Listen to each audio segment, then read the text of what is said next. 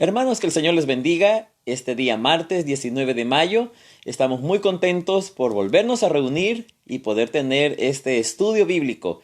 Cada semana estamos avanzando en el estudio del libro de Apocalipsis, un libro muy interesante, un libro que también podemos encontrar respuestas y también señales para lo que podemos encontrar para nuestras vidas.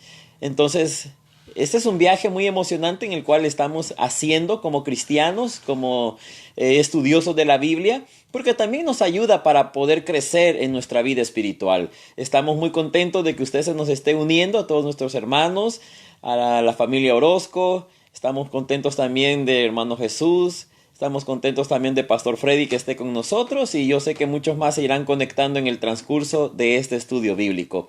La semana pasada estuvimos hablando los capítulos 6 y un pasaje también muy interesante donde mirábamos los 6 sellos que se vieron en el capítulo 6.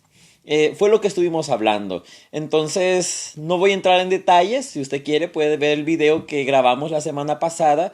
También estamos subiendo estos estudios bíblicos en nuestra página de YouTube, para que también usted pueda ir viendo los videos. Ahí quedan de una manera permanente y más fácil de verlos. Entonces también le invito, si todavía no le ha dado like a la página en YouTube de nuestra iglesia, puede hacerlo, y ahí puede encontrar todos los estudios bíblicos que estamos llevando de estos, del libro de Apocalipsis, pero también de nuestros mensajes de los días domingos.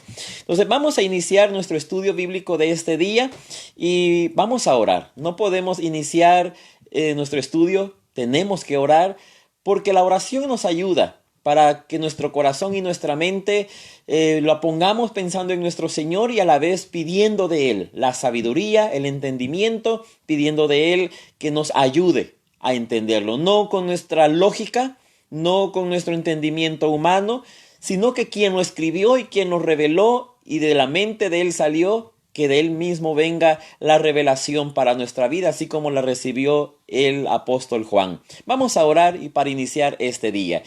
Señor, te damos gracias por todas tus bendiciones, todos tus cuidados. Mi Dios, te alabamos, te bendecimos, porque tú eres un Dios maravilloso, un Dios grande, un Dios poderoso. Gracias, Señor, porque en toda nuestra vida podemos ver cuán fiel eres tú, Señor. Y lo has sido por generaciones, lo has sido desde el momento que has creado todas las cosas. Todo lo que has formado, Señor, se ha mantenido estable y se sustenta por tu poder, Señor. Te damos gracias, te damos la gloria y la honra, porque tú eres nuestro Dios, ese Dios que hizo los cielos y la tierra, ese Dios que se ha mostrado a través de la humanidad, ese Dios que se mostró a través de una forma clara con su Hijo Jesucristo. Ese mismo Dios es el que tenemos, alabamos, servimos, y en esta noche venimos a su presencia pidiéndole la sabiduría, el entendimiento para poder conocer este pasaje, conocer la verdad, conocer lo que tú quieres para nosotros, Señor, para nuestros días que estamos viviendo. Señor, te pongo en tus manos la vida de mis hermanos también, para que en sus vidas puedan ser edificados, bendecidos, crecer a través de tu palabra, crecer en su fe, en madurez y en sabiduría también, Señor, para que podamos compartir con todos, con los que necesitan conocer esta verdad. También podamos compartirlo como tú lo has enseñado. Te alabamos, Señor, y te bendecimos, y gracias por esta oportunidad. En Jesucristo hemos orado. Amén. Pues vamos a comenzar nuestro estudio leyendo la palabra del Señor, y si usted ya tiene su Biblia cerca a la mano, pues lea conmigo, y si no, vamos a estar leyendo en Apocalipsis capítulo 7. Este título en nuestra Biblia, pues normalmente en la Reina Valera aparece un título que se llama Los 144,000 sellados. Habla de eso. Y también habrá otra sección que es de la multitud vestida de ropas blancas. Hay dos secciones en este pasaje que vamos a ir viendo la simbología.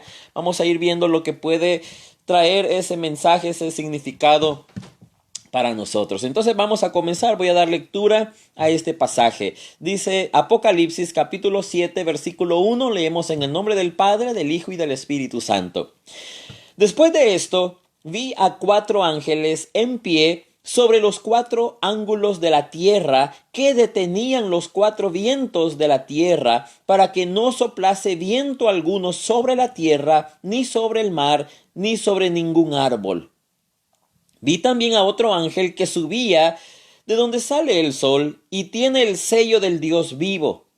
Y clamó a gran voz a los 4 ángeles, a quienes se les había dado el poder de hacer daño a la tierra y al mar, diciendo: no hagáis daño a la tierra, ni al mar, ni a los árboles, hasta que hayamos sellado en sus frentes a los siervos de nuestro Dios. Y oí el número de los sellados: 144,000 sellados, de todas las tribus de los hijos de Israel. De la tribu de Judá, 12,000 sellados; de la tribu de Rubén, 12,000 sellados; de la tribu de Gad, 12,000 sellados; de la tribu de Aser, 12,000 sellados; de la tribu de Neftalí, 12,000 sellados; de la tribu de Manasés, 12,000 sellados; de la tribu de Simeón, 12,000 sellados; de la tribu de Leví, 12,000 sellados; de la tribu de Isaacar, 12,000 sellados; de la tribu de Zabulón, 12,000 sellados; de la tribu de José, 12,000 sellados; de la tribu de Benjamín, 12,000 sellados. Después de esto, miré, y he aquí una gran multitud, la cual nadie podía contar, de todas las naciones y tribus y pueblos y lenguas, que estaban delante del trono y en la presencia del Cordero, vestidos de ropas blancas y con palmas en las manos. Y clamaban a gran voz diciendo: la salvación pertenece a nuestro Dios, que está sentado en el trono, y al Cordero. Y todos los ángeles que estaban en pie alrededor del trono, y de los ancianos y de los 4 seres vivientes, y se postraron sobre sus rostros delante del trono, y adoraron a Dios diciendo: amén. La bendición y la gloria y la sabiduría y la acción de gracias y la honra y el poder y la fortaleza sean a nuestro Dios por los siglos de los siglos. Amén. Entonces uno de los ancianos habló diciéndome: estos que están vestidos de ropas blancas, ¿quiénes son y de dónde han venido? Yo le dije: Señor, tú lo sabes. Y él me dijo: estos son los que han salido de la gran tribulación y han lavado sus ropas y las han emblanquecido en la sangre del Cordero. Por esto están delante del trono de Dios y le sirven de día y noche en su templo, y el que está sentado sobre el trono extenderá su tabernáculo sobre ellos. Ya no tendrán hambre ni sed, y el sol no caerá más sobre ellos, ni calor alguno, porque el Cordero que está en medio del trono los pastoreará y los guiará a fuentes de aguas de vida, y Dios enjugará toda lágrima de los ojos de ellos. Qué precioso, qué lindo este pasaje que podemos ver acá. Hay muchas preguntas. ¿Quiénes son los 144,000? No sé si usted ya ha oído personas hablando de este pasaje, los 144,000. Hay una secta, hay una religión que dice que los 144,000 son los que son miembros de esa religión. No sé si usted ya lo ha escuchado. Son los testigos de Jehová. Son los que ellos dicen que los que pertenecen a la iglesia de los testigos de Jehová, Salón del Reino de los Testigos de Jehová, son los que van a ser parte de los 144,000. Y hay una serie de explicaciones que ellos dan. ¿Por qué? Pero también es muy controversial, porque realmente esa religión no es tan antigua, es muy reciente. ¿Y cómo es que en la Biblia está y por qué ello? Bueno, había mucho que hablar acerca de eso, pero no vamos a hablar. Pero hay muchas preguntas, especulaciones, quiénes son. Muchos han dado respuestas a quiénes son. Nosotros este día vamos a ver de una forma más bíblica. No, vamos a ver todos los comentarios, vamos a ver todo lo que otros estudiosos de la Biblia han dicho que podría ser. Y vamos a ver lo más aplicado a la Biblia que podría ser esa respuesta. En este capítulo 7, es la continuación, más bien es como una tipo paréntesis, es como un intermedio de lo que va a venir. Si usted recuerda, en el capítulo 6, ahí veníamos viendo acerca de Jesucristo tomando el rollo en su mano y comenzando a abrir cada sello. Cada sello, los primeros 4 fueron 4 jinetes con un caballo, cada caballo con un color diferente que representaba lo que habría de venir. Luego el quinto sello, también veíamos que son aquellos creyentes que han sido perseguidos y muertos por el evangelio. Luego el sexto era ese gran terremoto y como estrellas cayendo a la tierra y la tierra sacudida y el sol ya no se miraba, la luna tampoco, y la gente huyendo a las montañas, huyendo, escondiéndose entre las rocas, en cuevas, en peñas, para huir, decían ellos, huir de la ira de Dios. Pero al final ellos daban la interpretación que ¿quién huirá o quién podrá sostenerse en pie a esta gran ira? Entonces allí estábamos viendo, pero si miramos son 7 sellos.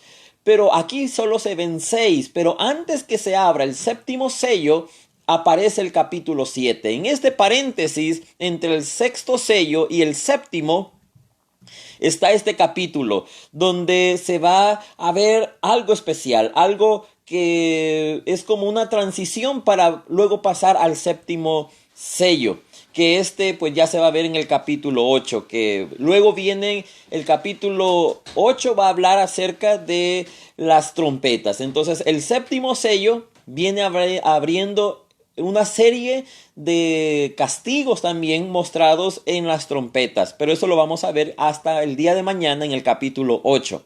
Pero este día, pues para que entendamos, porque alguien podría preguntarse, si son 7 sellos, ¿por qué solo hemos visto 6? Porque luego se va a ver y Dios así se lo presentó al apóstol Juan. En este capítulo se puede dividir en 2 partes. La primera parte, de una forma natural como lo miramos en nuestra Biblia, como lo venimos leyendo. Después de esto es una manera para ver la división de este capítulo y lo que viene hablando. Después de esto dice el versículo 1. Luego versículo 9 dice, después de esto miré. Entonces allí podemos marcar esa transición, esas 2 partes que este capítulo nos puede dar. Por eso es muy importante cuando usted va leyendo la Biblia, también tomar idea y cuidado cuando usted va leyendo, porque estas palabras claves nos ayudan a entender mejor y luego ver si pasó a otro tema, está hablando de lo mismo pero en otras palabras, o está ampliando la idea de lo que quiso decir antes. Entonces aquí lo que venimos viendo es que el capítulo 7 hace como ese paréntesis, deja a un momento como un pausa en la apertura del séptimo sello para luego mostrarnos esto. Y Juan escribe, después de esto vi, ¿después de qué? Después de lo que sucedió cuando se abrió el sexto sello. Entonces cuando se abrió el sexto sello y sucedió todo lo que dice en el versículo 15, 16, 17 del capítulo 6, luego dice, después de esto vi. ¿Qué es lo que vio Juan? Dice que vio 4 ángeles en pie sobre los 4 ángulos de la tierra. Nosotros pues conocemos de una forma simple los 4 ángulos de la tierra: norte, sur, este y oeste, o oriente, occidente. A veces se cambia esa terminología. Entonces dice que estos 4 ángeles estaban ahí de pie, en estos 4 ángulos de la tierra, deteniendo, en ese instante, estaban deteniendo los 4 vientos de la tierra, dice, para que no soplase viento alguno sobre la tierra, ni sobre el mar, ni sobre ningún árbol. Es como que estaban estos ángeles deteniendo. Dios le dio esa autoridad, esa potestad de detener el viento en ese momento para que no soplase sobre nada. Entonces podría imaginarnos como que hubo una calma, una paz, un silencio total, podríamos pensar en ese sentido. Un silencio, pero no para algo bueno que va a venir En cierta forma sí, pero también en una forma que es como un alto a lo que se va a hacer en el séptimo sello. Pero este silencio que se hace en toda la tierra después de venir como esa escena de terremotos y calamidades que están sucediendo cosas pues estruendosas, este silencio sobre la tierra y esa calma que traen para anunciar algo que viene en el versículo 2. Dice, y vi también a otro ángel que subía de donde sale el sol, del oriente, y tenía el sello del Dios vivo. Es decir, este ángel tenía la autoridad de Dios a través de ese sello que se le dio. En la figura del antiguo tiempo, como en los tiempos de Juan, era muy común que la gente importante, la gente que tenía pues mucho dinero, que tenían negocios y pues gente aún como los soldados o los emperadores o terratenientes, gente que era de mucha importancia, ellos tenían un sello familiar que normalmente a veces estaba en su anillo o lo tenían en una marca que a la hora de marcar, por ejemplo, el ganado, esa marca se la hacían en cada animal para representar que pertenecía a este dueño. También, una forma simple, también cuando hacían una carta y querían que fuera sellada, ese sello también implicaba que era oficial o directamente de la persona que lo estaba escribiendo y que tenía esa autoridad de esa carta. Como cuando también Jesús fue sepultado, fue puesto un sello del parte del gobierno romano para que no se abriera. Para que no se abriera, Poncio Pilato mandó a ordenar que se pusiera ese sello que implicaba el sello del Imperio Romano como simbología de que esa tumba estaba completamente cerrada, y si se violentaba ese sello, entonces pues algo había pasado que no era muy correcto, porque nadie tenía la orden de abrirlo. Entonces este ángel, Dios le dio el sello, porque dice tenía el sello del Dios vivo. Es como el anillo de ese sello que se le da para dar o marcar o dar validez a sellos, documentos oficiales y marcar una propiedad. En la Biblia encontramos diferentes pasajes que hablan acerca de sellos, y pues me acompaña para que veamos un poquito acerca de esto. En 2 de Corintios, vamos a la segunda carta de Pablo a los Corintios 1:22. 2 de Corintios 1:22. Aquí se nos habla de un sello. Y el apóstol Pablo dice en este versículo, el cual nos ha sellado y nos ha dado las arras del Espíritu en nuestros corazones. Significa de este pasaje que Dios nos ha sellado, dice. También nos ha sellado. Es decir, venimos a ser propiedad de Dios. Cuando nosotros venimos y creemos en Cristo como Señor y Salvador, Dios nos pone su sello. Luego más adelante vamos a ver de que hay un sello de la bestia, la marca de la bestia. Ese es como un distintivo para todo aquel que no es un creyente de Jesucristo. Pero hay un sello que es para los creyentes de Jesucristo. Y aquí el apóstol Pablo en 2 de Corintios nos dice que Dios nos ha sellado y nos ha dado las arras del Espíritu en nuestros corazones. Si quisiéramos pensar en un sello que Dios nos ha dado, es decir, el Espíritu Santo es el sello que Dios nos da al creyente, y que eso nos garantiza primero que Dios está con nosotros, que Dios ha cumplido su palabra, pero también dice es las arras, es como la garantía de que Dios nos da su Espíritu Santo diciendo voy a volver. Y los voy a tomar y los voy a llevar conmigo. Entonces Dios nos ha sellado. Vamos a ir a Efesios. Hay otro pasaje acá. En este pasaje encontramos Efesios 1:13. Efesios 1:13. Encontramos también que se habla de otro sello. O de un sello. Dice, en él también vosotros, habiendo oído la palabra de verdad, el evangelio de vuestra salvación, y habiendo creído en él, fuisteis sellados con el Espíritu Santo de la promesa. Vuelve a decir lo mismo. En el 14, usa las mismas palabras que en 2 de Corintios. Dice que es las arras de nuestra herencia hasta la redención de la posesión adquirida para alabanza de su gloria. El Espíritu Santo ha sido dejado como esa garantía de que Dios volverá, que Cristo volverá por nosotros. Y el que tenga ese sello que ha sido puesto sobre su vida, representa que a esos va a tomar. A eso quiere decir. Siempre en Efesios, vamos al capítulo 4, versículo 30.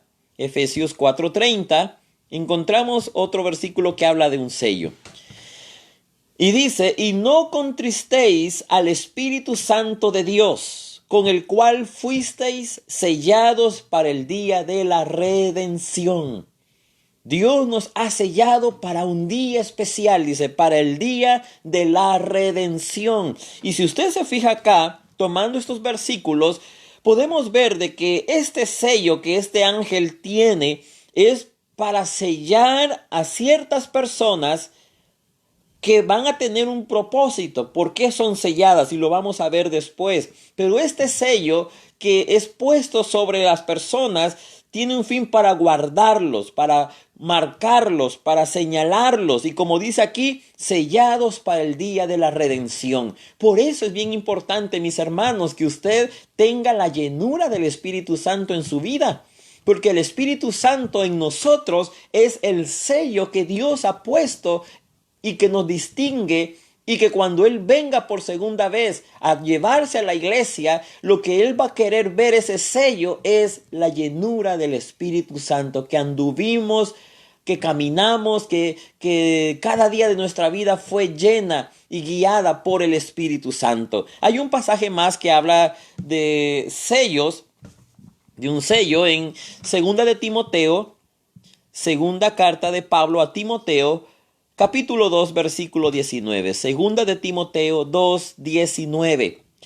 Dice, pero el fundamento de Dios está firme, teniendo este sello. Y hay 2 puntos.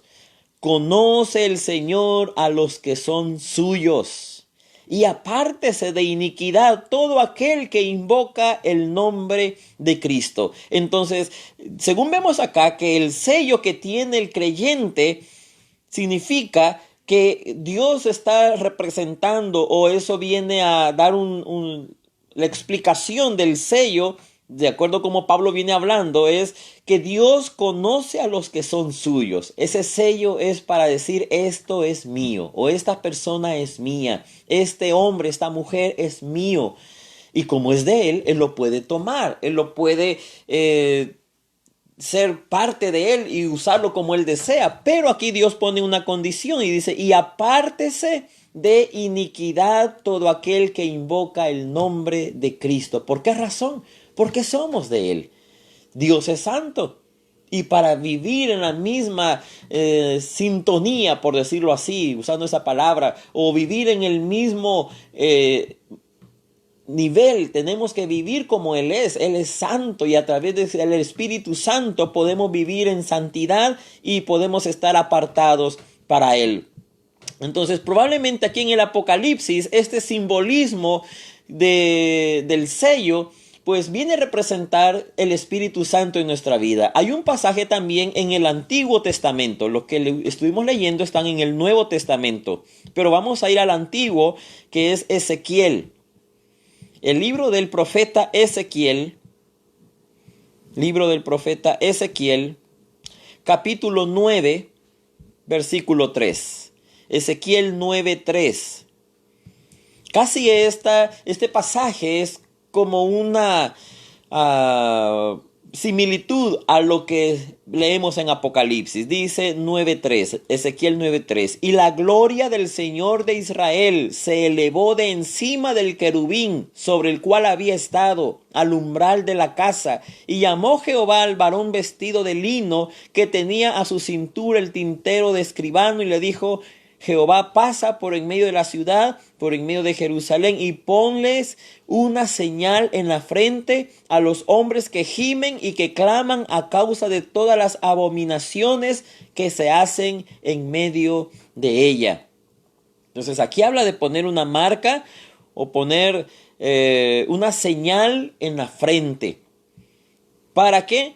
Aquellos hombres que gimen o que se lamentan, que lloran, que claman a causa de todas las abominaciones que se ha hecho en la tierra, en el pueblo de Israel. Entonces hay otro pasaje que habla acerca de esto. Los que no tuvieran esta marca, y más adelante se puede ver, los que no tuvieran esta marca, según Ezequiel capítulo 9, versículo 5, iban a ser muertos, pero los que tuvieran la marca iban a ser perdonados. Entonces, tomando esa simbología de Ezequiel y poniéndola al mismo contexto de Apocalipsis capítulo 7, entonces el ser sellados, ese sello de Dios puesto en la frente de las personas, porque luego dice versículo 3, dice, hasta que hayamos sellado en sus frentes a los siervos de nuestro Dios. Dios va a poner en nuestra frente ese sello. Y es muy curioso, porque en el Antiguo Testamento a los sacerdotes Dios le dijo que se les hiciera, al sumo sacerdote en especial, una diadema. Iba a llevar una diadema y en esa diadema iba a estar inscrito una frase: santidad a Jehová. Si pensamos, eso es algo que está viniendo a mí en este momento, si pensáramos que el sello es puesto en nuestra frente y en aquel pasaje del Antiguo Testamento a los sumos sacerdotes se les ponía esa diadema que decía santidad a Jehová como un recordatorio, no hay ningún conflicto en pensar, y hablamos del Espíritu Santo, que es el sello que Dios nos ha dado y nos ha marcado en nuestra vida para separarnos. Entonces el Espíritu Santo nos ayuda a vivir en santidad. Entonces yo veo que hay una conexión en cuanto a esto. Es esa simbología de pensar de que Dios desea de que vivamos en santidad cada día, cada momento. Y ese sello significa que Dios nos quiere apartar para vivir para Él en santidad. Y esto, hermanos, nos deja listos, preparados para el Señor. Versículo 3. Yo me adelanté un poquito a leerlo, pero a los ángeles, bueno, que no terminé de leer el versículo 2, voy a terminarlo de leer. Y dice, tenía el sello del Dios vivo, y clamó este ángel a gran voz a los 4 ángeles que estaban en los 4 puntos de la tierra, o ángulos de la tierra, a quienes se les había dado el poder de hacer daño a la tierra y al mar. Estos 4 ángeles que estaban ahí tenían la autoridad de Dios para hacer daño a la tierra y al mar. Pero en ese momento estaban deteniendo todo porque estaba sucediendo esto antes. Y no iban a actuar hasta que se completara esto que iba a venir. Entonces versículo 3 ya lo dice este ángel. No hagan daño, le dice, a la tierra, ni al mar, ni a los árboles. Hasta, hay un término ahí. Ellos van a actuar, pero ¿hasta cuándo? Dice, hasta que hayamos sellado en sus frentes a los siervos de nuestro Dios. Entonces, si no se han terminado de sellar, entonces todavía no van a actuar. Pero cuando sean sellados, el número que Dios quiere de estas personas que sean selladas, es entonces cuando estos 4 ángeles que están en los 4 ángulos de la tierra van a actuar y van a hacer daño a la tierra, al mar y a los árboles. Entonces van a traer una serie de castigos a la tierra cuando esto haya completado, el número de los que sean sellados, como dice el versículo 3. El número 4, versículo 4 dice, hay un número acá.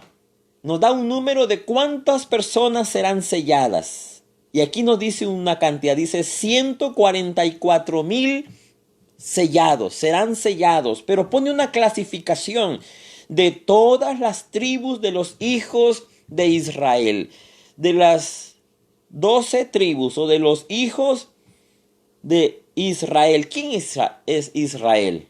Jacob. Ese fue el nuevo nombre que Dios le dio después que luchó con el ángel, porque Jacob decía, bendíceme y no te dejaré ir hasta que me bendigas.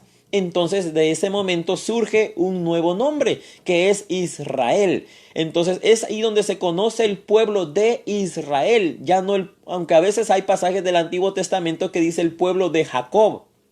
Pero realmente ahora hasta el día de hoy lo conocemos como el pueblo de Israel. ¿Por qué? Porque sus 12 hijos, él tuvo 12 hijos, fueron las 12 tribus que de ahí surge el pueblo de Israel.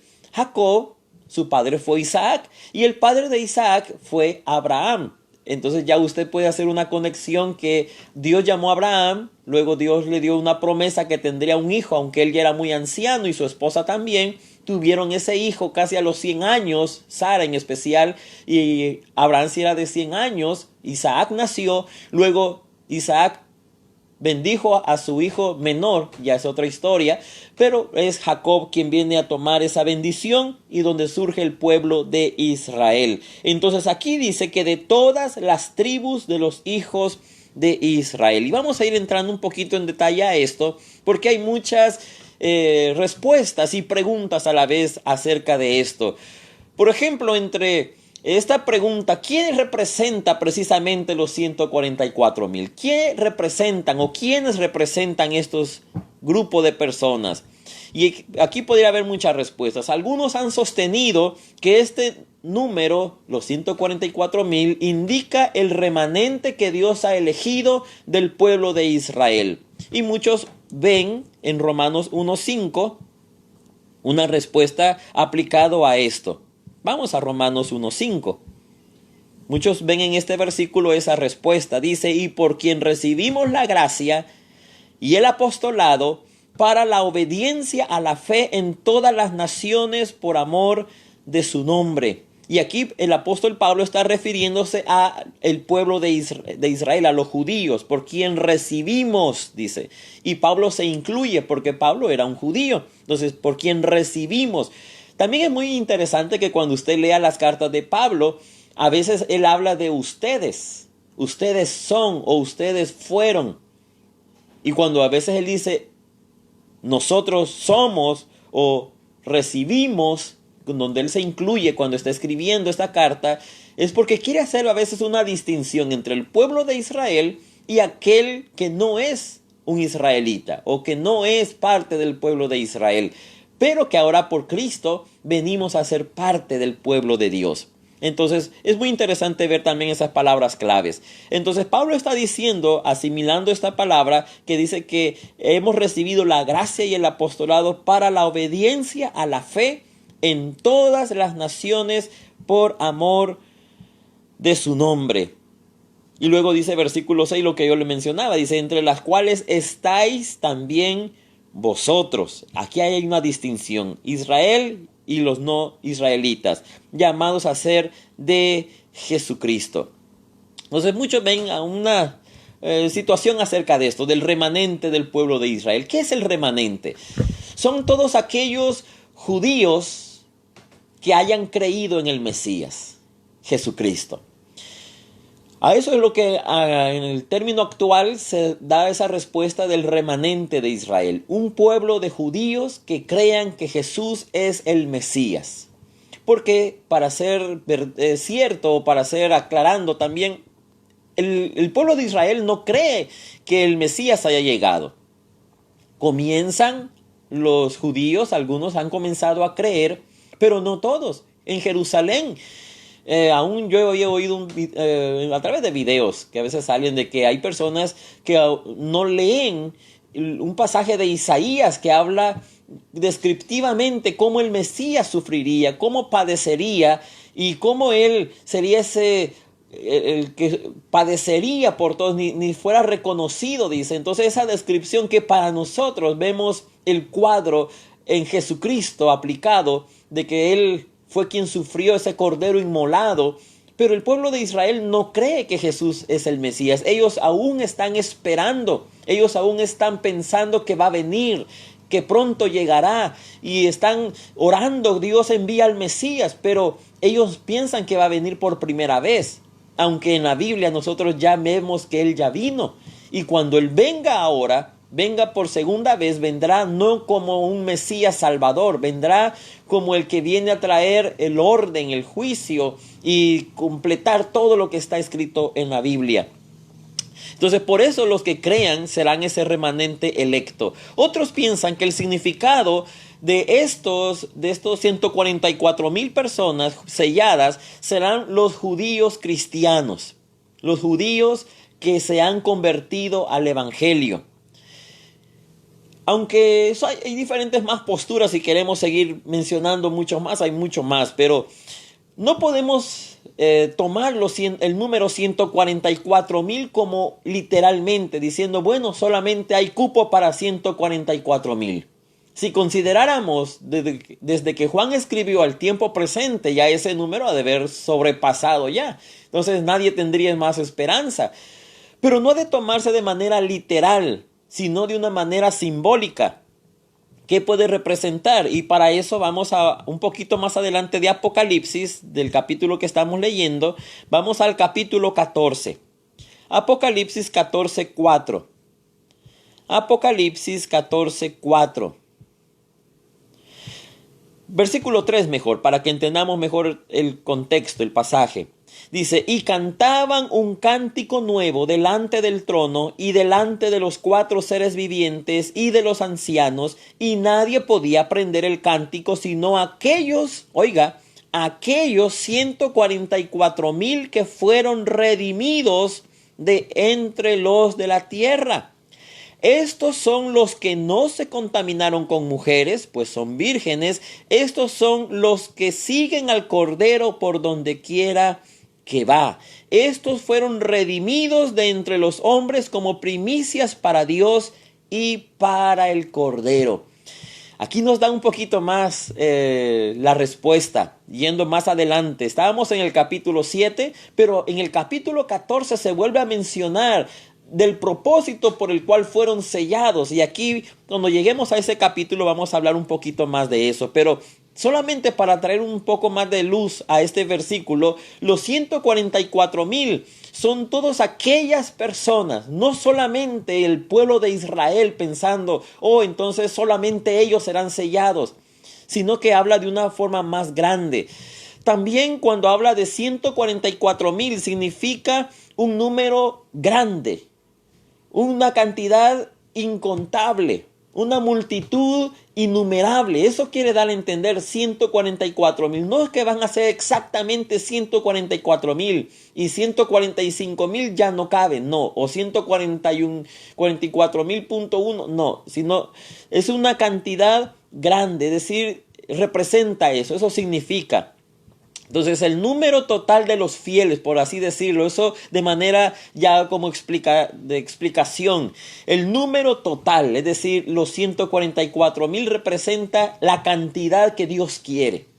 Una cantidad que Dios quiere, no solo limitado a 144,000, sino todo el grupo de personas que Dios ha llamado a ser fieles. Y esta explicación pues lo encontramos en el capítulo 14 de Apocalipsis. Pasemos al versículo 5. Aquí se comienzan a mencionar las tribus del pueblo de Israel. Hay mucha curiosidad también acerca de esto y datos muy curiosos, por decirlo así. Si usted es estudioso de la Biblia y ha visto el orden cómo nacieron los hijos de Jacob o los hijos de Israel, aquí en este pasaje no está en el orden de cómo nacieron. Muy curioso eso. También hay otros nombres de sus hijos que no aparecen, pero aquí hay completando un número 12. Entonces vamos a ver esos detalles ahorita. Por ejemplo, la tribu de Dan. Esa es una tribu porque fue uno de los hijos de Jacob, pero él no está aquí en esta lista que hemos visto. Hay otro, ya vamos a ver por cuáles fueron los que se agregaron. Pero no están. Y muchos se han preguntado, ¿por qué no está la tribu de Dan? Pues no hay una respuesta exacta, solamente es por deducción, solamente es por el pasado que está escrito en el Antiguo Testamento. Se piensa que quizás no está la tribu de Dan, porque esta tribu fue una tribu que se apartó de Dios, una tribu que hizo lo malo de la voluntad de Dios, hizo lo malo, se apartó, desobedeció, se fue a la idolatría. Entonces ellos pues no estuvieron allí. También la tribu de José se divide en dos, que es los hijos de él, Efraín y Manasés, pero aquí se las menciona por separado, con José. Si usted ve en el versículo 8, dice de las tribus de Zabulón, 12,000, de la tribu de José, 12,000, de la tribu de Benjamín, 12,000. Entonces aquí se agrega el nombre José, no siempre se pone José. ¿Por qué razón? Porque, bueno, voy a tratar de ser rápido en esto. Dios a las 12 tribus quitó una, la tribu de Leví. No le dio herencia de tierra, no le dio lugar donde puedan poseer una tierra como le dio a las demás tribus, porque la tribu de Leví, Dios le dio la bendición de servirle a Dios, pero podía habitar en las demás tierras de las tribus. Entonces, como no estaba, tenía que ser completado con otro hijo. Entonces José tuvo 2 hijos. Entonces en las tribus de José no se mencionan los 2 nombres de José, el nombre de José, sino que 2, uno para completar de la tribu de Leví, y en lugar de José se puso Efraín. Entonces Efraín, y para completar Leví se puso Manasés. Entonces ahí se completaba el número de 12 tribus. También la tribu, en este capítulo se incluye a Leví, es muy curioso, porque los levitas no tuvieron herencia en la tierra, entonces muchas veces no se mencionaba a los levitas como parte de la genealogía de tierra o de herencia o de distribución de una propiedad, porque Dios los escogió para ser sacerdotes para Dios. Entonces la tribu de Dan, como le digo, se borró totalmente de las tablas de la genealogía. Allá en Primera de Crónicas 2:3 se puede ver eso. Ahí se ve lo que pasó.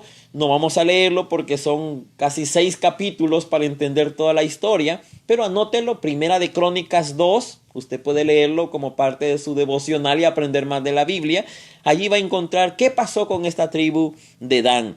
Pero también está excluida otra tribu en aquella ocasión, por alguna razón, pero aquí muy curioso que se incluye.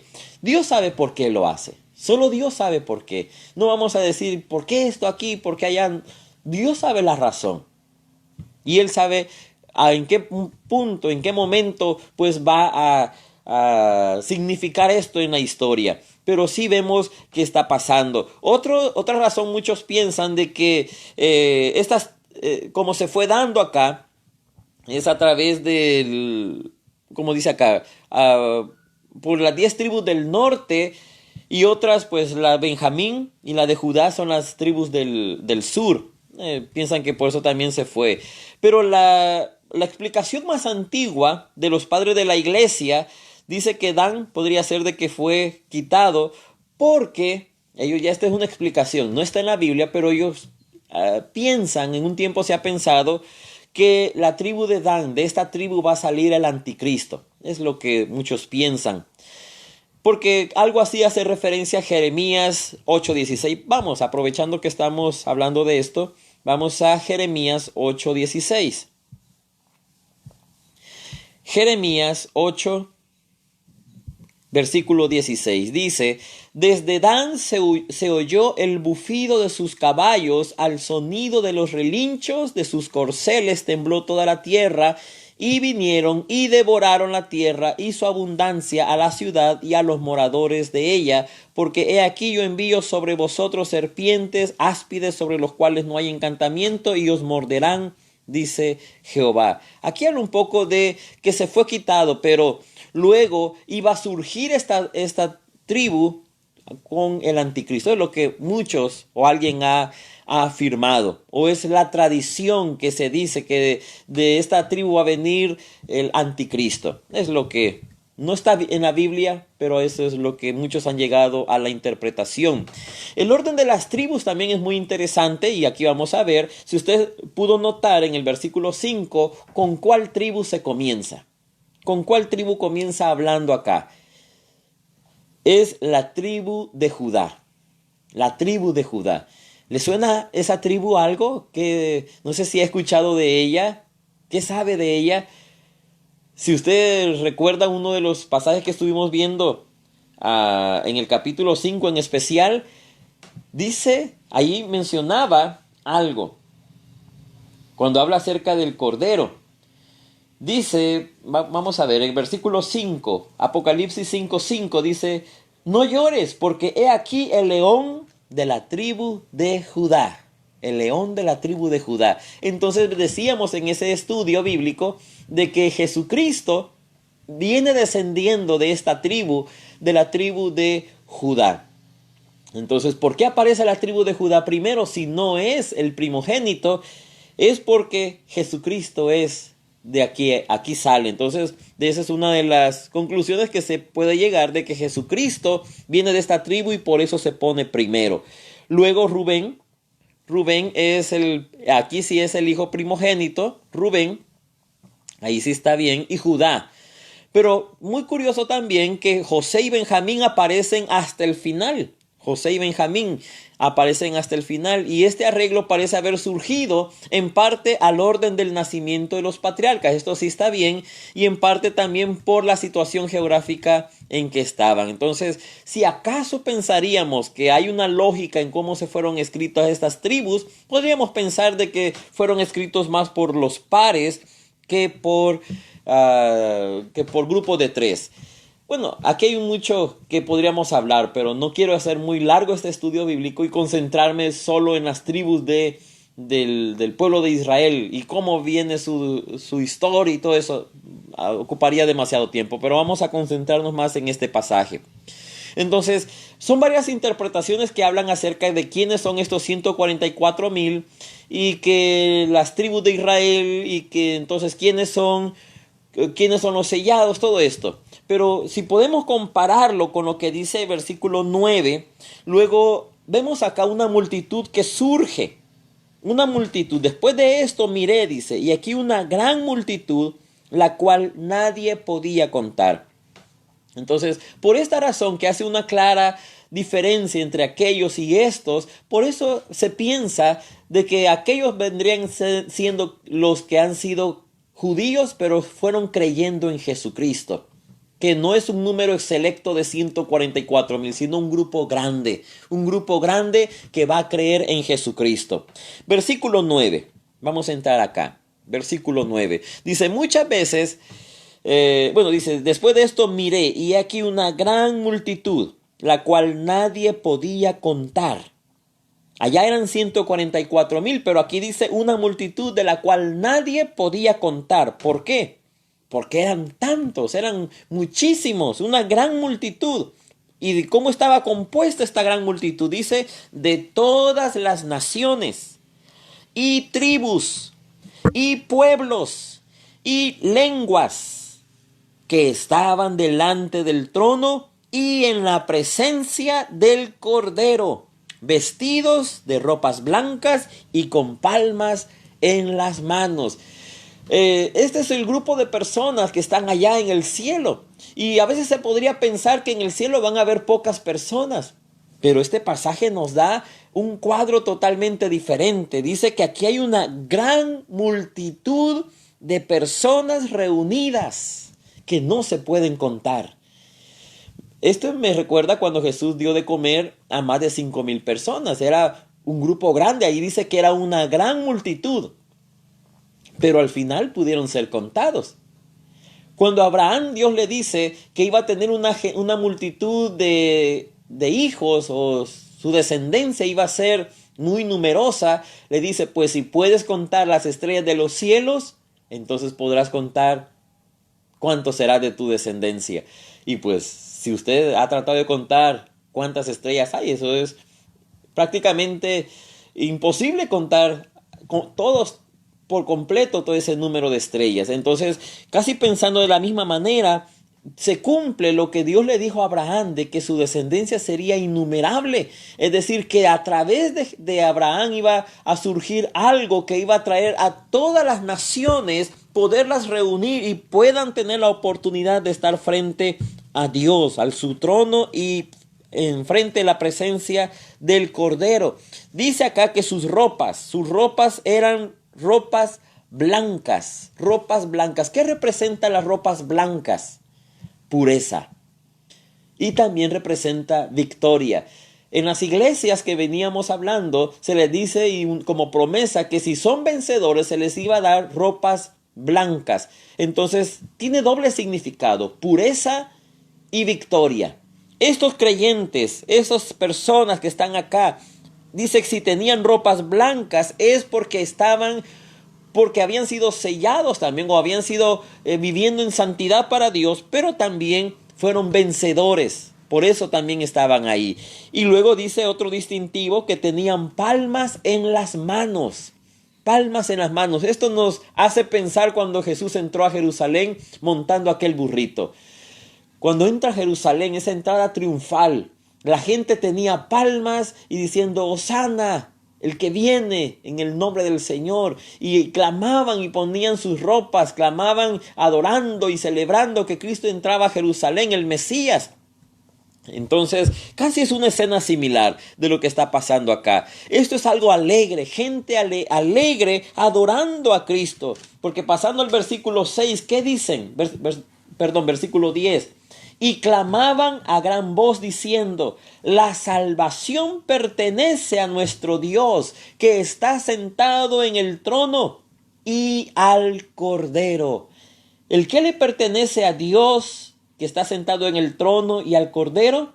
La salvación. A ellos le pertenece. Es decir, solamente de Dios puede venir la salvación y de nadie más.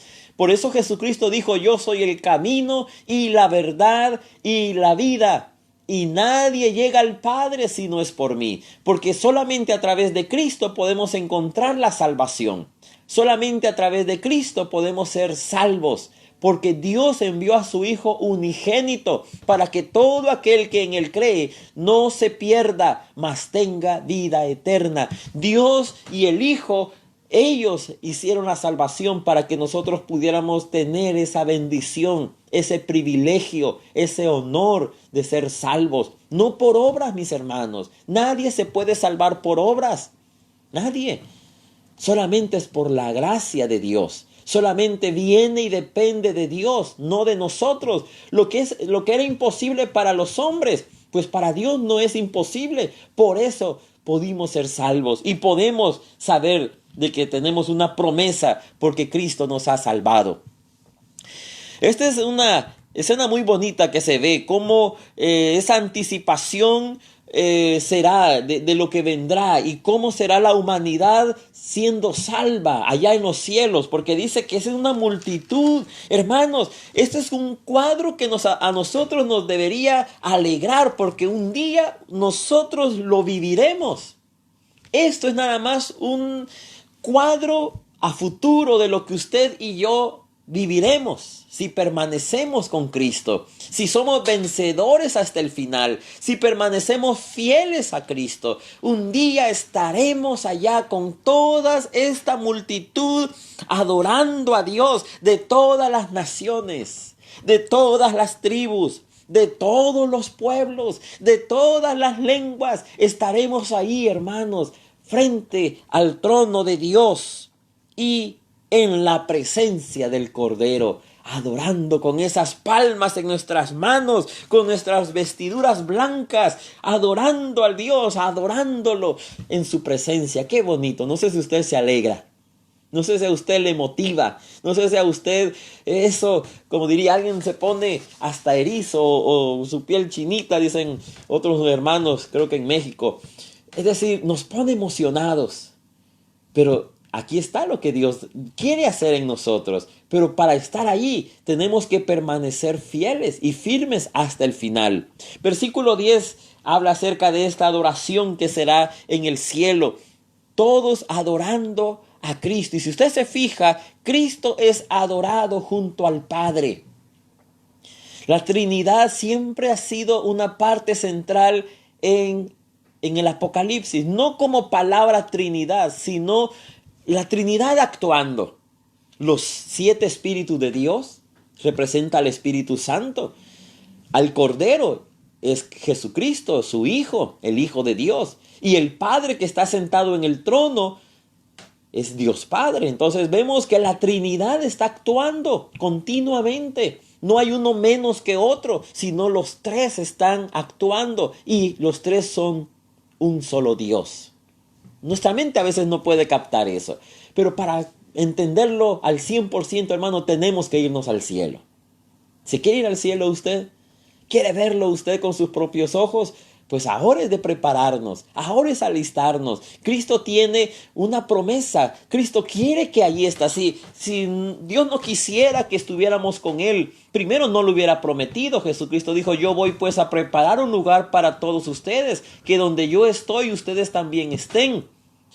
Luego vemos en este pasaje, si Dios no quisiera que la humanidad estuviera, ¿para qué entusiasmarnos sobre un evento que no puede ser capaz que suceda? Pero si Dios pone esto es porque Él es el fiel y verdadero. Jesucristo es fiel y verdadero, que si dice esto es porque Él cumplirá su palabra y Él quiere que esto se dé en nuestras vidas. Versículo 11. Cuando esto estaba pasando, unimos el versículo 11 y dice, y todos los ángeles que están en pie, todos los ángeles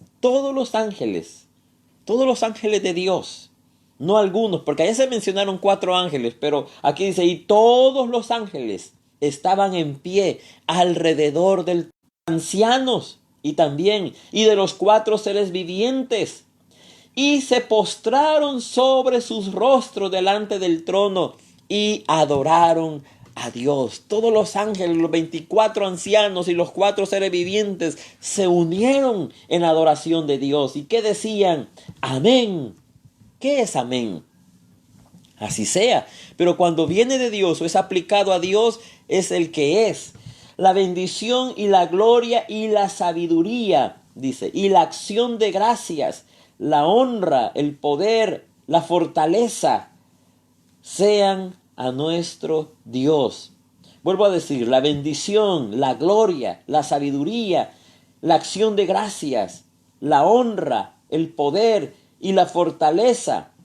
Se mencionan 7. Muy interesante. El número 7 representa algo completo, algo total. Cuando están hablando acerca de esto representa la adoración total que se le da a Dios.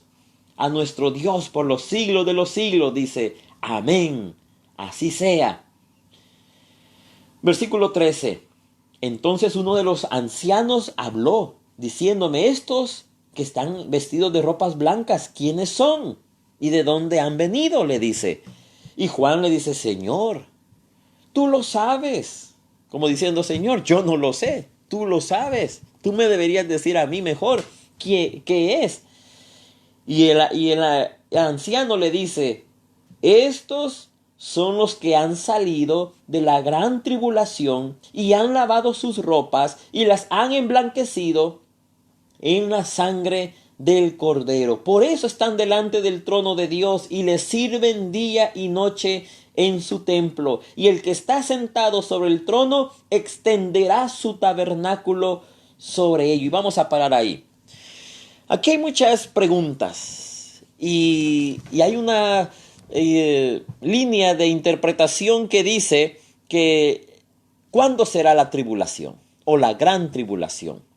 ¿Los creyentes vivirán la gran tribulación? ¿Los creyentes serán llevados en el rapto antes de la gran tribulación? ¿O los creyentes pasarán una parte de la tribulación? Hay 3 posturas.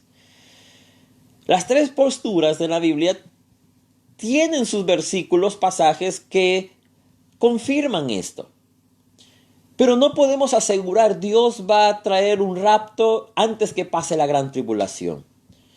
Porque también vemos en este pasaje que dice que estos creyentes han salido de la gran tribulación. Han salido de la gran tribulación. ¿Qué es la gran tribulación? Es un momento de prueba que va a venir sobre la tierra. Y a una de las iglesias Dios le dice que tú serás guardado, tú serás protegido de la gran tribulación que ha de venir sobre el mundo. Es decir, que Dios iba a estar protegiendo, no para que no pasara, sino para que se mantuviera firme. A eso más se puede referir, para que se mantuviera firme el creyente y pueda ser vencedor hasta el final. Entonces, no voy a entrar en detalles qué es la verdadera postura, porque cada una tiene una explicación bíblica y no podemos decir esto es solamente Dios tiene en su voluntad, en su designio, cómo va a ser. Pero si algo es cierto, Si la iglesia en algún momento tiene que sufrir cierta persecución o una tribulación, la iglesia puede ser que pase. Y se ha vivido a través de la historia, se ha vivido a través de cientos de años, han vivido la tribulación. Los cristianos, los primeros cristianos del primer siglo pasaron una tribulación muy difícil. Muchos murieron por fieras, muchos murieron crucificados, muchos murieron torturados, muchos murieron encarcelados. Pero la iglesia se mantuvo firme, la iglesia se mantuvo intacta. Es donde la iglesia más creció. Muchos dicen que esa estrategia de Satanás no funcionó. Muchos sugieren que Satanás hizo una estrategia y dice, para deshacer la iglesia hay que perseguirla y castigarla y que amenazarlos a morir. Pero eso no está en la Biblia, eso es lo que a veces se dice. Satanás luego falló, porque en vez de que la iglesia se detuviera y parara, la iglesia se creció exponencialmente. Era una multitud grande y el evangelio se estaba llevando en todo el mundo de aquel momento. Entonces, ¿cuál fue la estrategia de Satanás? Dice, mejor ya no voy a perseguir a la iglesia. Y luego lo comparan cuando el imperio romano unió el Estado con la iglesia y que vino Constantino como el emperador y él se convirtió de manera simbólica al cristianismo, se bautizó, pero en sí él no cambió su estilo de vida. Siguió también en pecado, pero nada más para darle cierta autoridad y beneficios a la iglesia. Y esto, según los historiadores, dicen que esto hizo que la iglesia se detuviera en su crecimiento, bajara su rendimiento, bajara en cuanto a servir, como venía creciendo. Entonces la estrategia de Satanás, en esa estrategia entonces ya no es persecución, sino que es más bien mantener calmado, tranquilo, dejar a la iglesia cómoda. Eso es lo que a veces se dice. Pero ¿qué ha de pasar la iglesia una persecución en nuestros días o en tiempos futuros? Es muy probable. Es muy probable. Primeramente debemos entender, mis hermanos, que el cristiano no es de este mundo. Vamos contra la corriente de este mundo. No somos amigos del mundo. Y si somos amigos del mundo, nos constituimos enemigos de Dios. Eso lo dice la Biblia. Por lo tanto, como no somos amigos del mundo, el mundo nos odia. Es natural que el mundo no quiera al creyente, porque el cristiano vamos contra la corriente de este mundo. El mundo, pues claro, si usted se da cuenta, la gente que toma licor, a veces hasta salen buenos amigos. Mira, yo no tengo dinero, pero me invitas. Ah, claro, venite, para eso somos los buenos amigos. Y ahí sí se van todos a tomar. Pero alguien le dice, mira, fíjate que no tengo para comer, ¿me prestas? No, ahí ve, ¿tú qué haces? Tú no pagas. A veces así pasa. Entonces, para lo malo, ahí siempre hay amigos, siempre sobran amistades, siempre hay invitación al pecado. Entonces nosotros, como queremos vivir alejados del pecado, vivir en una vida agradable a Dios, esto va contra el sistema de este mundo. Vivimos bajo otras normas, bajo otros criterios, bajo otras convicciones. Y esto, en cierta forma, la gente siente la diferencia y nos va separando. Y no es que nosotros nos separemos, sino que ellos nos van separando. Y como no ven que cumplimos sus expectativas, al final pues piensa que nosotros pues vamos contra ellos. Entonces, naturalmente, el cristianismo va a traer opositores, oposición. Por ejemplo, el cristianismo no va con el aborto. Entonces va a haber oposición de la gente que practica el aborto. El cristianismo no va a favor del homosexualismo. Por eso, los grupos que apoyan el homosexualismo no van a apoyar el cristianismo. Entonces va a haber conflicto. Los que apoyan el soborno, los que apoyan el pecado, la liberalidad, el desenfreno y todo vida pecaminosa, pues va a odiar a los creyentes, porque la vida del cristiano dice vivir en santidad, apartados del pecado. Entonces siempre va a haber una oposición, y Jesucristo dijo también que Él vino no a traer paz a una familia, sino a traer conflicto, y va a haber enemistad. Entonces no hay que asustarnos, no hay que alarmarnos si vemos que en el mundo hay alguien que se levanta contra el cristianismo, porque eso es parte del sistema de este mundo. Y podría ser que en un futuro, quizás próximo, no se sabe, se levante un sistema contra el cristianismo. Pero ¿qué tenemos que hacer? Pues permanecer firmes. Dios está con nosotros, Dios está con usted, Dios no nos va a dejar. Somos de Él, Él nos ha sellado, nos ha puesto su sello en nuestras frentes, que significa que Él está a nuestro cargo. Él está preocupado por nosotros, Él está velando por nuestro bienestar. Él sabe lo que va a hacer en nuestra vida, pero nosotros tenemos que mantenernos firmes. Estos santos habían salido de la gran tribulación, son los llamados de la tribulación, son salvos durante la tribulación, es decir, no por ser atribulados, sino por mantenerse firmes, creyendo en nuestro Dios a pesar de las pruebas. Por eso, hermano, hay que mantenernos firmes. No importa lo que esté viviendo, manténgase firme. Estos son tiempos para que el cristiano se mantenga firme en medio de la crisis, en medio de la situación.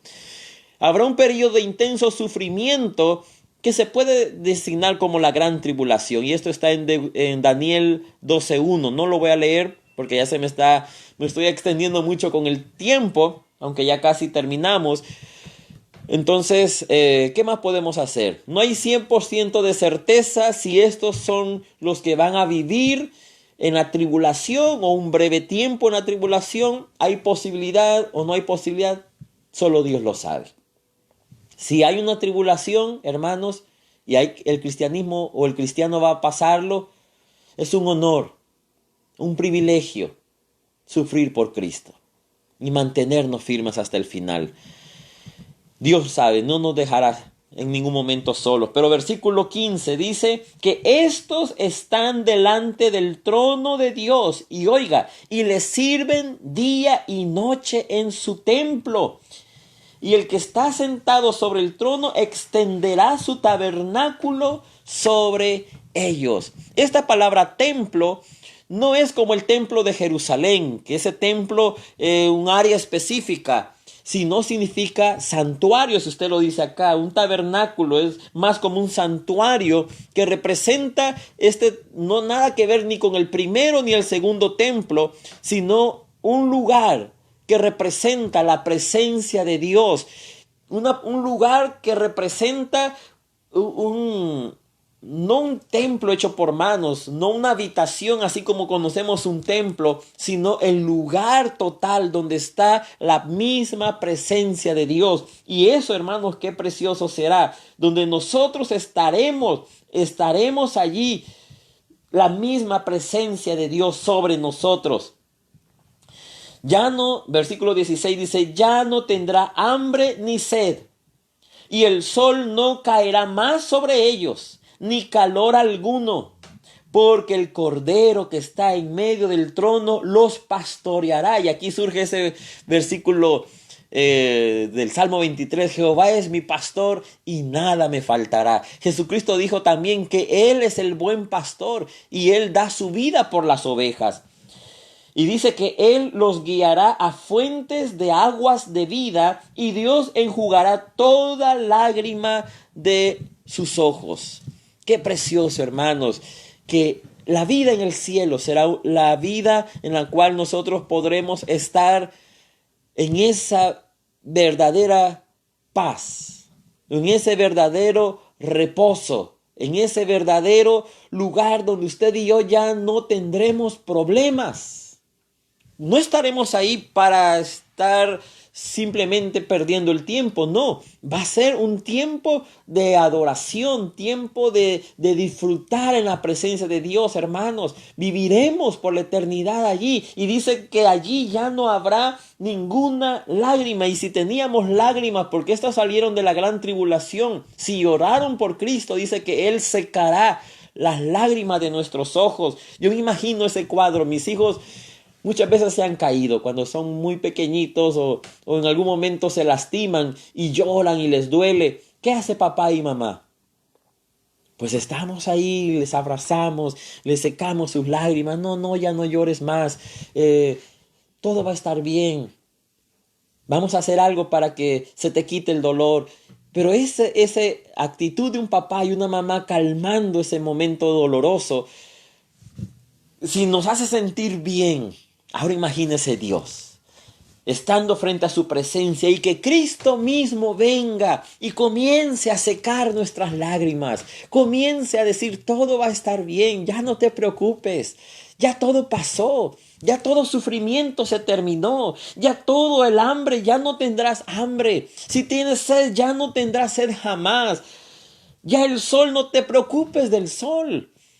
Que otro día mañana, que la rutina, que trabajar, que esforzarnos, que doler y que ya no puedo y que cómo haremos para pagar la renta y todo lo que en este mundo nos aflige, hermano, se acabará. Se acabará un día. Y esta es la promesa que Cristo nos quiere dar.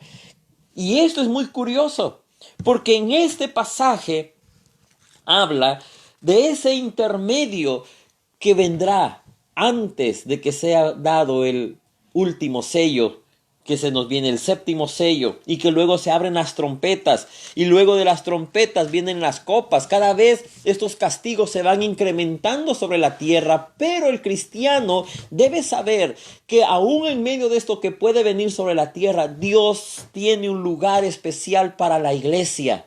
Dios tiene un lugar especial para todo aquel que en Él cree, para todo aquel que persevera hasta el final. Hermano y hermana, busque a Dios, afírmese en Dios, tómese de la mano de nuestro Dios, pero dije que Dios también lo tome a usted para que usted no se suelte. Busque de Dios, afírmese en Dios. Son los días ahora, son los días para afirmarnos. Si su fe ha estado indecisa, hoy es el día que usted se afirme. Si su fe ha estado que no sabía si qué hacer, si continuar como estaba o no, hoy es el tiempo, mis hermanos, de que pongamos nuestra vida a cuentas con Dios. Los sellos se han venido abriendo. Si lo aplicáramos a la historia, hermanos, los sellos ya se han venido abriendo. Si pensáramos en esa interpretación, los sellos ya se abrieron. Cuando habla de las guerras, ya hemos vivido 2 guerras mundiales. Si pensáramos de ese sentido, ya las guerras están. El hambre, según estaba oyendo una predicación y lo que se puede ver a nivel mundial, estamos viviendo tiempos de hambre. Quizás no se ve, pero hay lugares donde la gente está muriendo de hambre. Si pensáramos de esa manera, los sellos ya se han abierto. ¿Y qué falta? Pues prácticamente solamente que Cristo venga. Solo que Cristo termine de completar la obra que Él ya inició y que estos juicios se están dando. ¿Qué tenemos que hacer? No esperar hasta el final, sino ya. Ya es el tiempo de comenzar a buscar a Dios. Hoy es el día para comenzar a afirmarnos, a buscar a Dios y que Dios ponga su sello en nosotros. ¿Ya usted ha sido sellado por Dios? ¿Ya usted siente, cree, está seguro del sello que Dios ha puesto en su vida? ¿Cuál es el sello? ¿Cuál es el distintivo del cristiano? No es este libro, si yo ya tengo una Biblia, yo me voy al cielo. No es una Biblia. Yo ya tengo una iglesia donde me congrego. No es por el templo o la denominación o el nombre de su congregación. No es por eso que vamos a ir al cielo.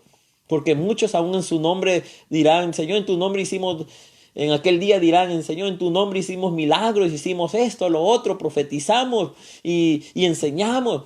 Y Jesús les dirá, no les conozco. Apartados de mí, hacedores de maldad.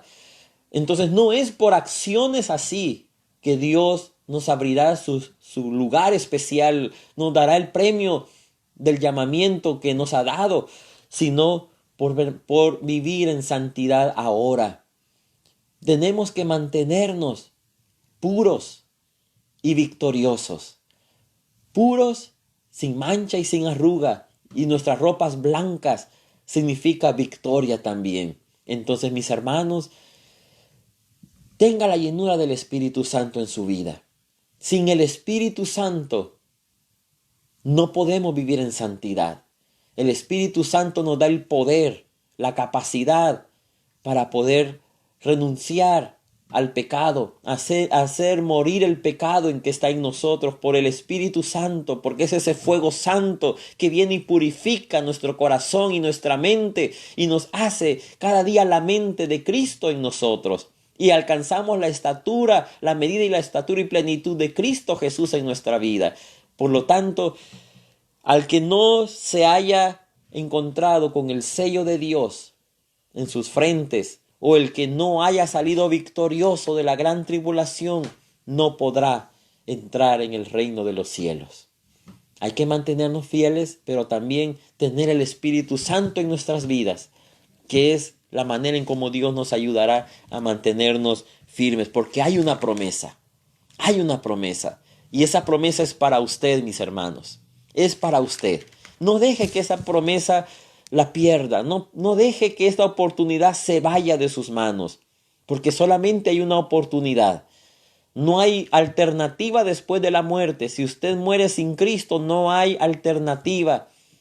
Ya usted decidió. Pero si usted decide hoy y se permanece en Cristo y vive para Cristo, usted tendrá esa bendición en su vida.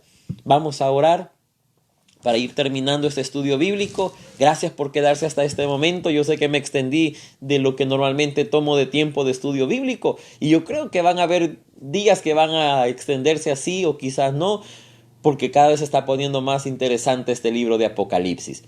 Vamos a orar. Señor, te alabamos, te bendecimos por tu palabra.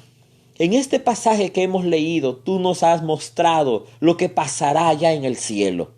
Primeramente, Señor, tú quieres poner tu sello sobre nosotros, sobre todo aquel que cree en Cristo. Tú quieres poner un sello, aunque este pasaje también se refiere a que podrían ser los descendientes de Israel o al pueblo de Israel, pero también el apóstol Pablo lo mencionó, de que ese sello que tú pones en nuestra vida es el Espíritu Santo, y eso es para todo creyente, eso es para toda carne, porque el profeta Joel dijo que el Espíritu Santo sería dado sobre toda carne.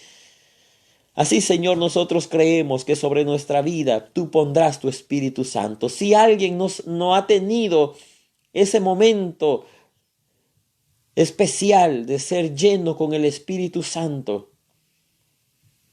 este es el momento que usted diga: Señor, yo quiero ser lleno con tu Espíritu Santo. Señor, lléname, por favor, llena mi corazón, llena mi vida con tu fuego santo. Purifica toda imperfección, quema todo pecado, quema toda raíz de amargura en mi corazón y lléname con el amor perfecto, lléname con tu amor completo, Señor, en mi vida. Quiero vivir en obediencia, quiero vivir en santidad, quiero vivir una vida agradable para ti. Necesito, Señor, ya no vivir bajo los deseos de la carne, sino que quiero vivir bajo los deseos y la voluntad del Espíritu Santo. Lléname con tu fuego santo, mi Dios, a mi vida. Lléname, Señor. Santifícame, Padre. Quiero tener la mente de Cristo. Quiero alcanzar esa medida de plenitud y de crecimiento como Cristo Jesús. Cada día quiero ser como Cristo. En vida, en actitud, en acciones, en conducta. Ayúdanos, Señor. Ayúdanos, te necesitamos. Porque tú tienes una promesa para todos nosotros. Que un día, Señor, estaremos en un lugar de bendición donde ya no habrá más lágrimas, más dolor, más sufrimiento, ya no más. Eso se acabará. Y esa es la promesa para todo aquel que persevere hasta el final, donde Cristo será nuestro pastor y Él nos pastoreará por toda la eternidad. Te alabamos, Señor. Te pongo en tus manos la vida de tu pueblo, Señor. Aquí están mis hermanos oyendo este video, viendo esta transmisión. Te pido, Señor, que hagas una bendición para cada persona. Llénalos con tu Espíritu Santo, mi Dios, y que este pasaje haya quedado en su corazón y en su mente como un mensaje para sus vidas, de promesa, pero también de alerta, donde tenemos nosotros que vivir para ti. Ayúdanos, Padre. Te bendecimos, te adoramos y te exaltamos, Señor. En Jesucristo, tu Hijo amado, hemos orado. Amén. Hermanos, gracias por estar con nosotros. Tenemos una petición por hermana Sonia. Dice que está pidiendo oración por su mamá, por la salud de ella. Pues vamos a orar por ella, ya que tenemos esta petición en este momento. Únese con nosotros por orar por esta petición, esta necesidad. Señor Jesús, oramos por hermana Sonia. Está pidiendo por la salud de su mamá. Pedimos, Señor, de que tú llegues hasta donde ella se encuentra. Tú estás en todo lugar, mi Dios. Y te pido, Padre, que tú extiendas tu mano poderosa de sanidad. Tú conoces toda la situación, conoces lo que está pasando ella. Pero mi Dios, para ti no hay nada imposible. Y lo creemos, Señor. Tenemos la fe y la certeza que para ti no hay nada imposible. Y en tu nombre, Señor, creemos que tú la puedes sanar. Y en el nombre de Cristo, nosotros creemos que ella es sana en este momento. Lo creemos, lo recibimos y confesamos, Señor, de que tú harás ese milagro en la vida de ella, para gloria y honra de tu nombre. Lo dejamos en tus manos, Señor, creyendo que está en tu voluntad y que tú lo harás, Señor, en tu tiempo, en tu momento y como tú, Señor, lo deseas. Gracias te damos, Señor, y gracias por oírnos, y por cualquier otra petición, necesidad que hay en tu pueblo, también lo ponemos en este momento, Señor. Ayúdales, bendíceles y guárdales. Cúbreles, Señor, con tu sangre. Cúbreles, Señor, con tu poder, para que hagas siempre tu obra completa y perfecta en nosotros. Amén. Hermanos, que el Señor les bendiga. Es para mí un placer, una bendición siempre estar llevando estos estudios bíblicos, y que me alegra que usted nos abra la puerta de su hogar para así de esa manera llevar estos estudios bíblicos. Mañana no se pierda la continuación, capítulo 8, donde estaremos hablando del séptimo sello, cómo se va a abrir y lo que viene. No se lo pierda. Mañana, miércoles a las 7 de la noche, seguimos aprendiendo de la palabra del Señor. Bendiciones.